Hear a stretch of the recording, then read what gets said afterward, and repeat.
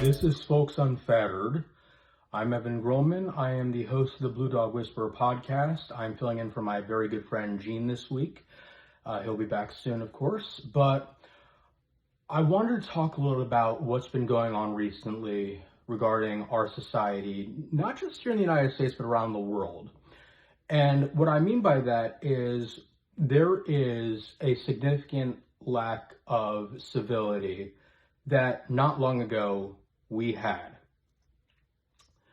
So Lindsey Graham, the longtime Republican U.S. Senator from South Carolina, died unexpectedly. Now, I know people who work in politics, and they had seen photos and I think maybe even videos of Lindsey Graham recently, and he did not look good at all.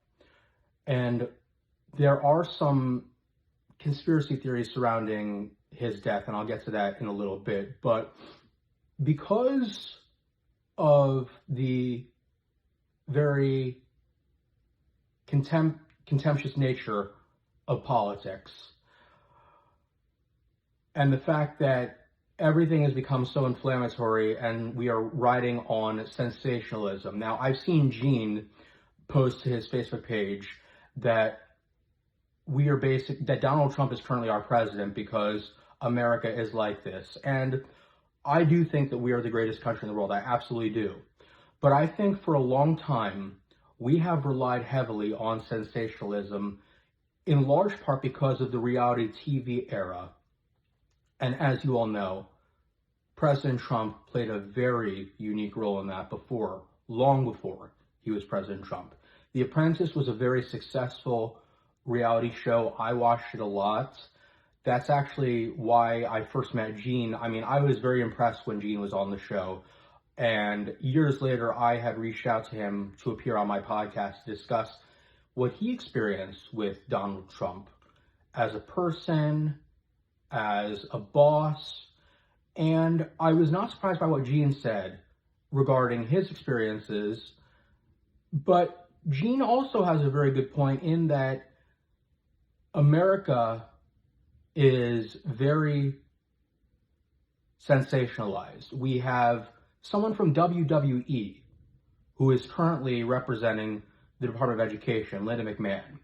Now, anyone who paid a little bit of attention to wrestling, and I certainly don't, but I know that it's fake. Much like a lot of reality TV is completely doctored and fake and altered and all that. But the fact that someone like that is representing the Department of Education on behalf of an administration who is led by a reality TV star, I think is very fitting. There are some picks in the Trump administration who are qualified. This isn't one of them. But the fact that education, which is designed to shape the future of our country, is being led by a woman whose biggest claim to fame was helping to run WWE, that's telling. But I want to get back to Lindsey Graham for a second, because there is a lot of sensationalism in the United States, and with that includes very strong emotions and feelings, not just being felt, but being expressed when we learn about the death of someone. Both sides of the political spectrum do it. There are people in the sensible censor who do it. But after Lindsey Graham died, I saw a lot of really, really disgusting remarks surrounding his life story, his career in politics. And full disclosure, I never cared for Lindsey Graham. As a registered voter, I'm not from South Carolina. I've never even been to South Carolina. But I can say that for people like me, with his politics, I'm not talking about Lindsey Graham as a person, but with his politics, Lindsey Graham probably did more to people like me than for people like me. He was not a friend of the middle class and the working poor. But that's beside the point. I'm only telling you this because I do think that there is a difference between not agreeing with someone's politics and being completely distasteful in your response to their death. Because I do think that most people throughout the world have some good qualities in them. And Lindsey Graham certainly was one of them. He served his country, he served our country in the military. He legally adopted his sister when she was 13, after their parents died. And he had a good friendship with John McCain, and he just struck me as the kind of person who, if one of his friends, family members, or even a random stranger were having a problem and he saw what was going on, he would be right there. I have always said that there are people whom you will never agree with, or you will rarely agree with politically. But if you're friends with them, or you're related to them, and you're having a problem, they would be first in line to help. Whereas sometimes people who you may be in lockstep with, ideologically speaking, they wouldn't give you the time of day. I don't think politics necessarily plays a role in how good of a person is on a personal level. Now, granted, Lindsey Graham, he was a political figure. Most of us did not know him personally. So I feel that. I really do. But what I would say is that how someone responds to the death of an individual within the first 24 hours, I think, says a lot, not just about the feelings that were inspired by that particular individual when they were alive, but I also think it says a lot about the person who is making the comments, whether they're good or bad, as well as the state of our environment.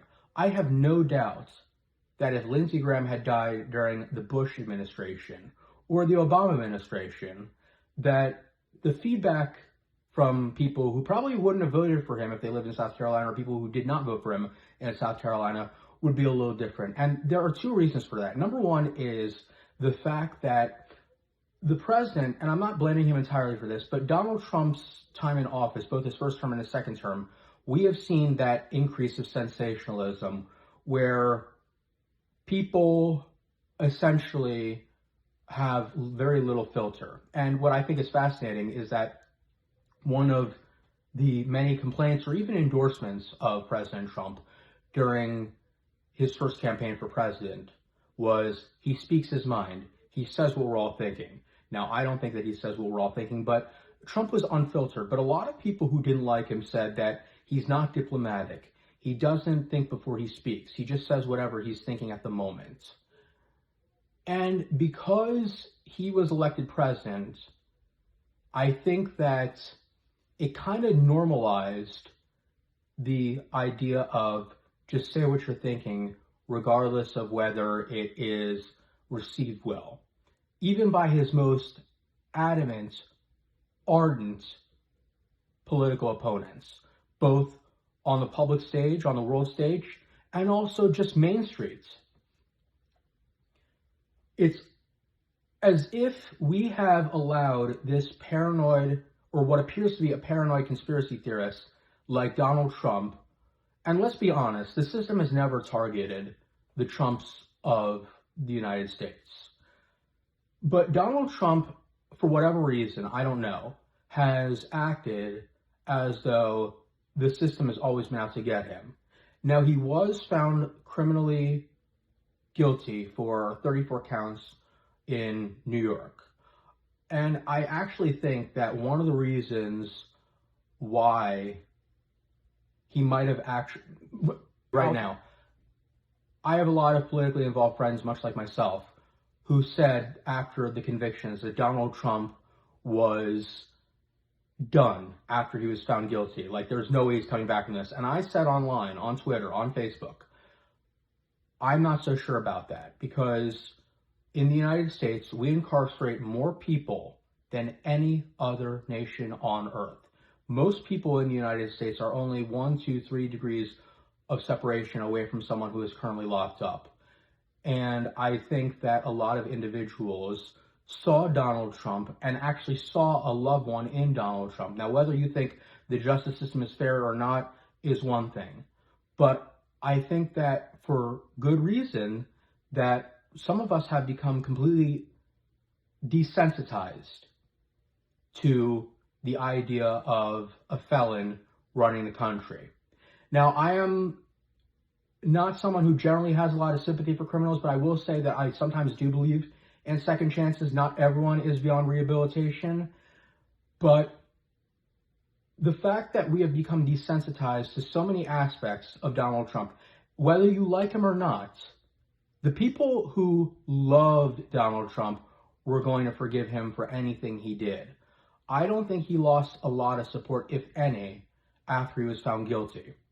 But the people who related to Donald Trump, and actually some of the people who related to Bernie Sanders, because I remember when I was in New Hampshire in 2016 canvassing and campaigning for another candidate running for president, it was actually January, it was right before the primary in New Hampshire, a woman said to me and my partner who I was canvassing with, my two choices are Trump and Sanders. And at first it didn't make a lot of sense to me. I was almost 19 years old.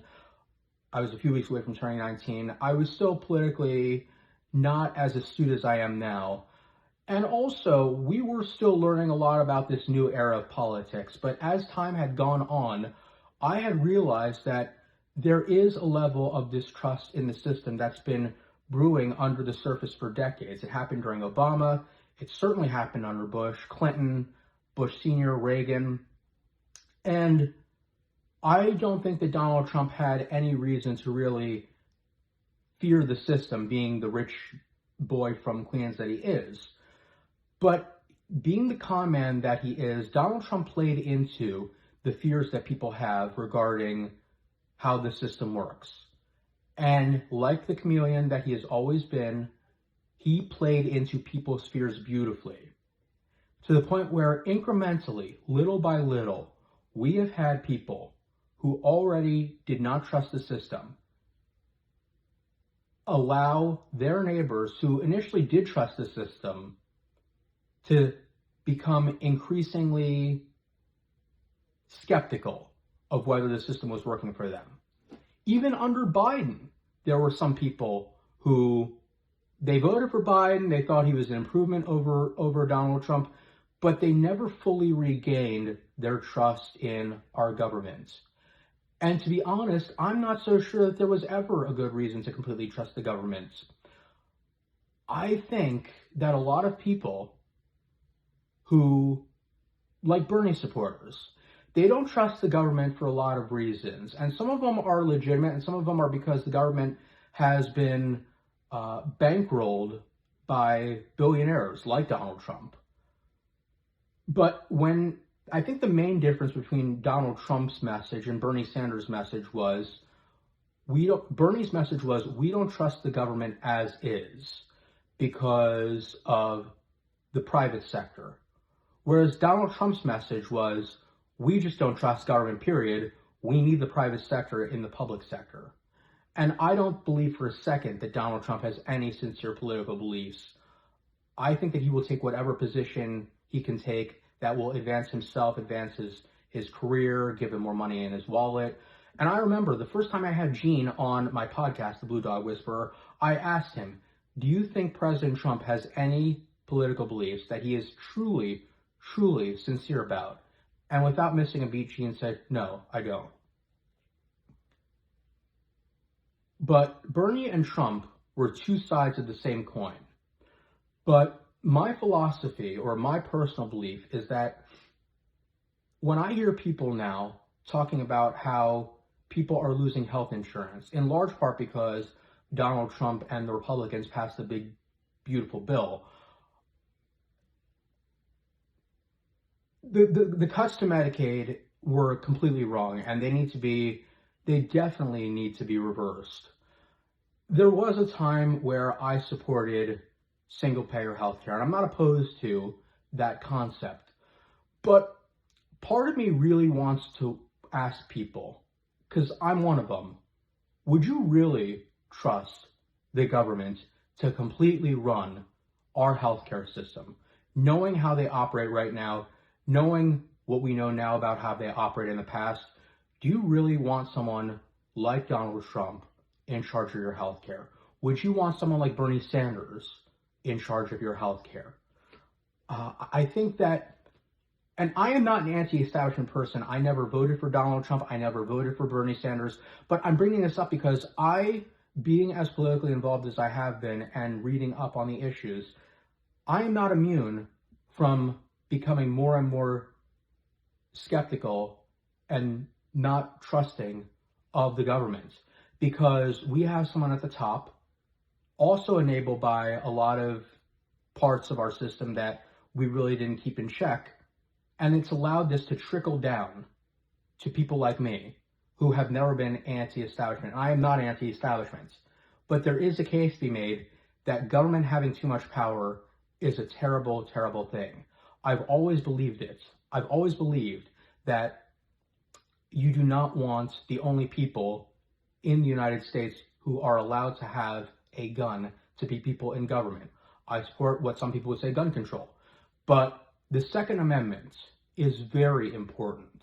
I honestly believe that if there was ever a case to be made for government overstepping, or for preventing government from overstepping, it's not only some of the decisions that have been made during this administration, especially with Doge, because Doge was sold to us as this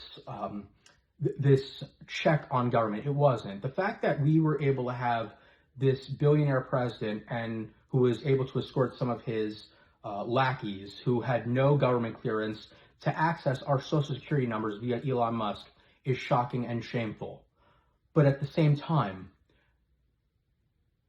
the COVID lockdown.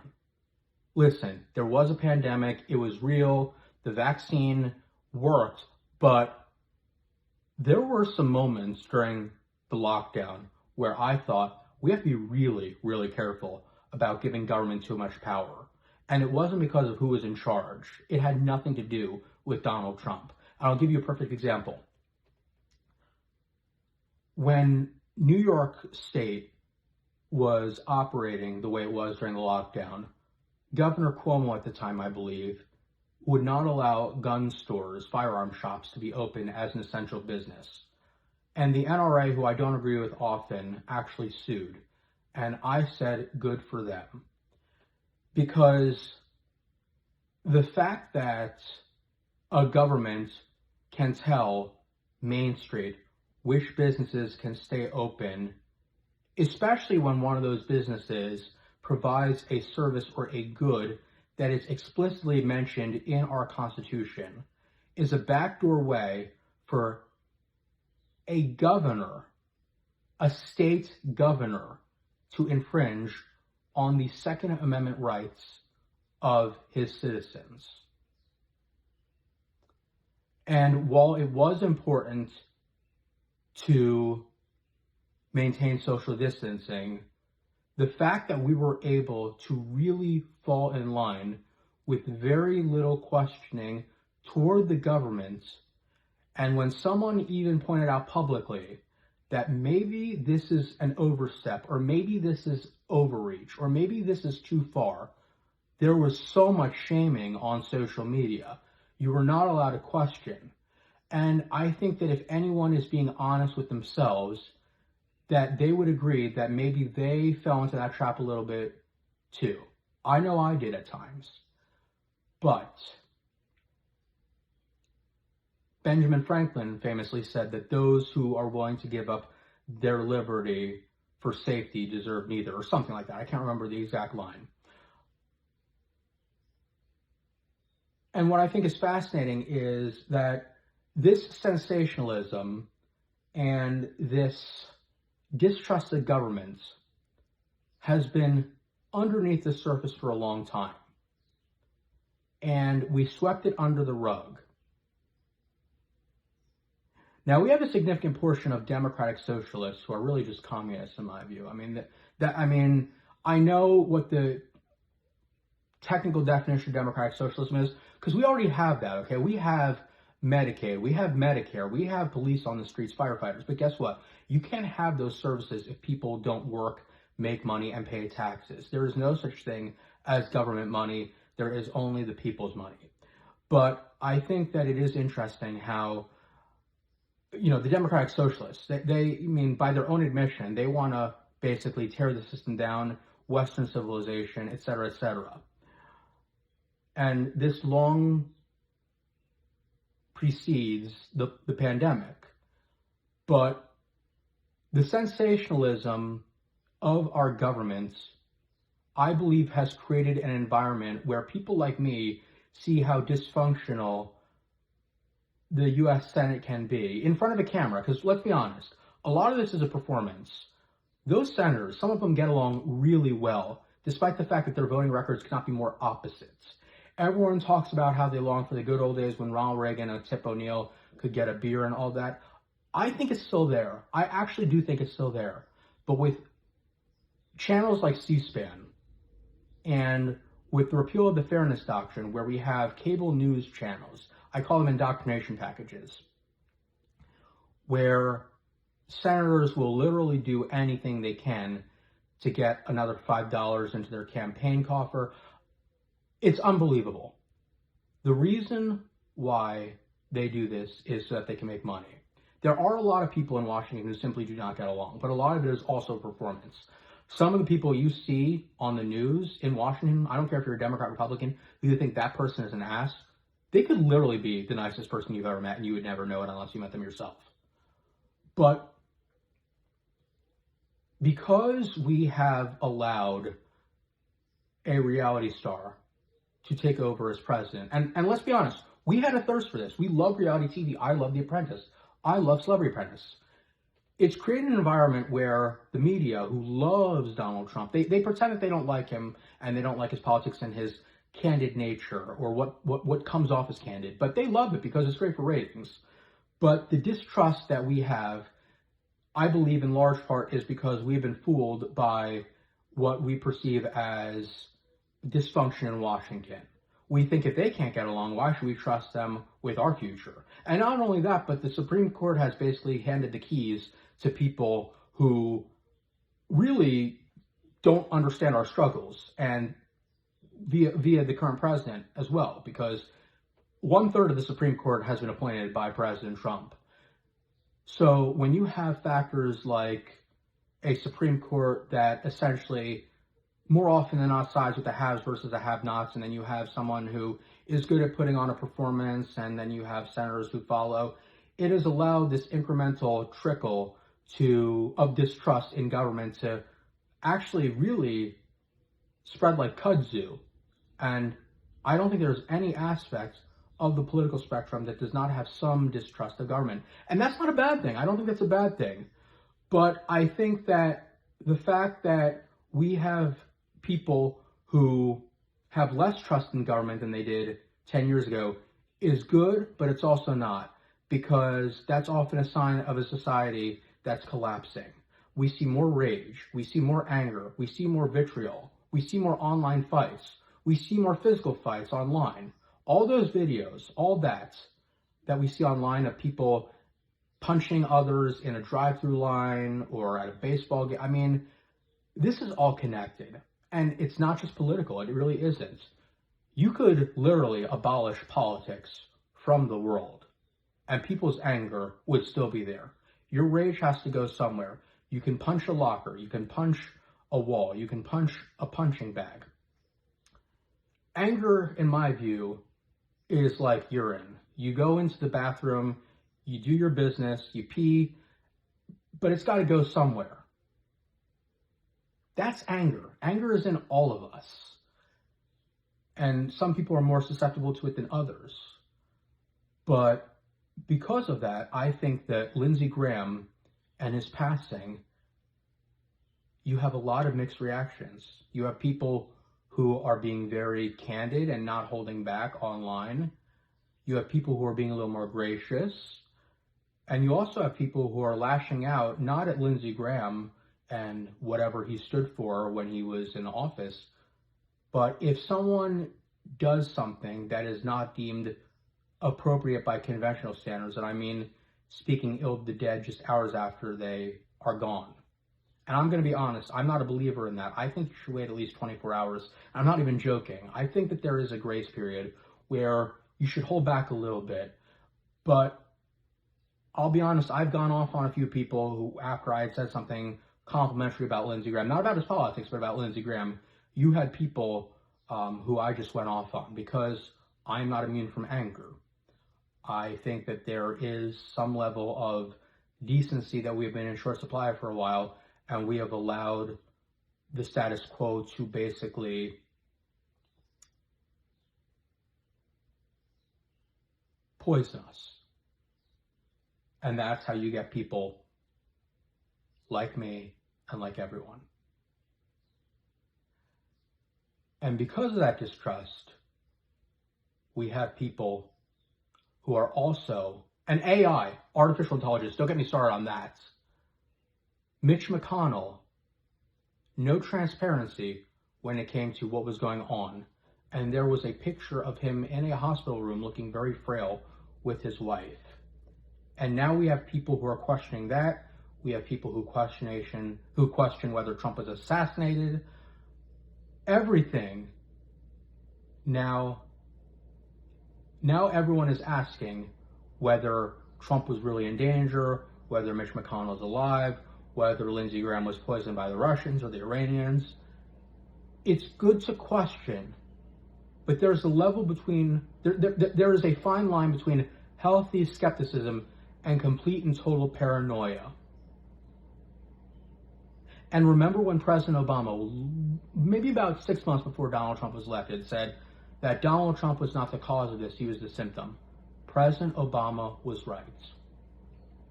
That said, when you allow a high-profile symptom of this distrust, this dissatisfaction, this skepticism to become president, you are opening the door for that to really, really take effect with people throughout the country, from sea to shining sea.